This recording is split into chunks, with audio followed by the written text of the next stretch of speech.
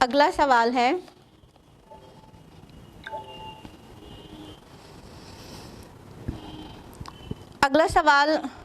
نارووال پاکستان سے ہے۔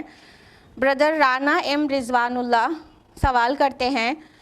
قرآن پاک فرقوں کے بارے میں کیا کہتا ہے؟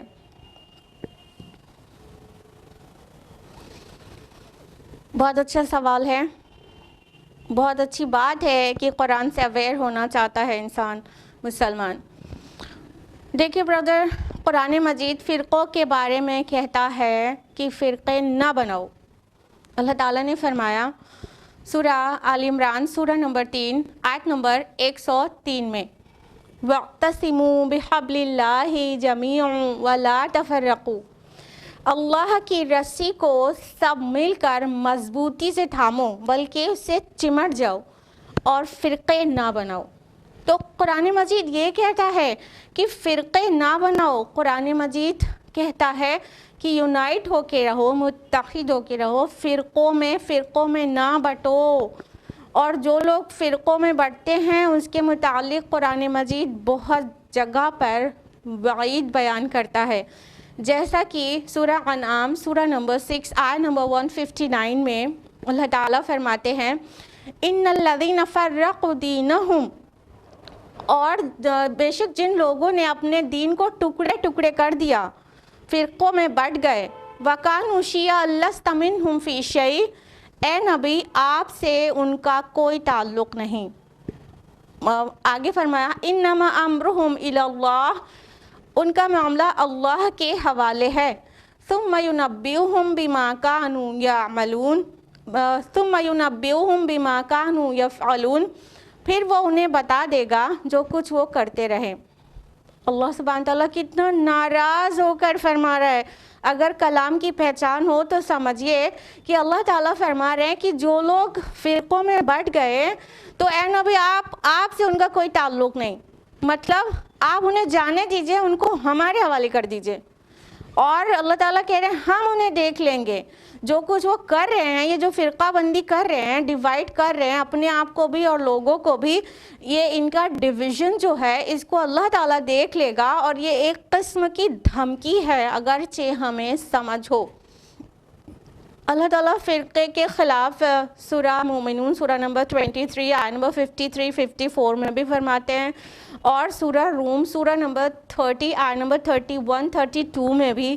فرماتے ہیں کہ فرقے، جو لوگ اب فرقے میں بٹ گئے اور سب اپنے اپنے میں خوش ہیں، تو وہ وہاں پر بھی فرقہ بنانے کے خلاف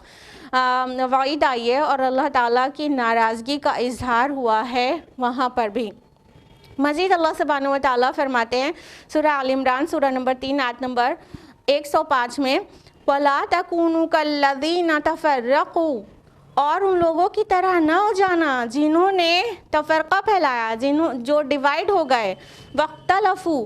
اور اختلاف کیا، مِن بَعْدِ مَا جَاءَتْهُمُ الْبَيِّنَاتُ، بعد اس کے کہ ان کے پاس واضح دلائل آ چکے تھے،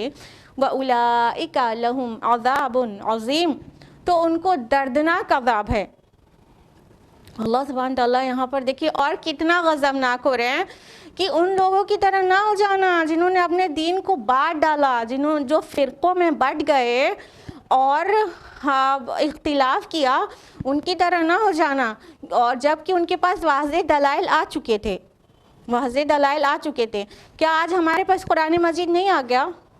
ہمیں کیا گنجائش رہ گئی کہ ہم بھی یہود و نصارہ کی طرح فرقوں میں بٹ جائیں، جبکہ ہمارے پاس واضح دلیل آ چکی ہے۔ یہ دلیل ہے، برہان ہے، اور یہ قرآن کہتا ہے وَاعْتَصِمُوا بِحَبْلِ اللَّهِ جَمِيعًا وَلَا تَفَرَّقُوا، تو کیا یہ ہمارے لیے کافی نہیں ہے؟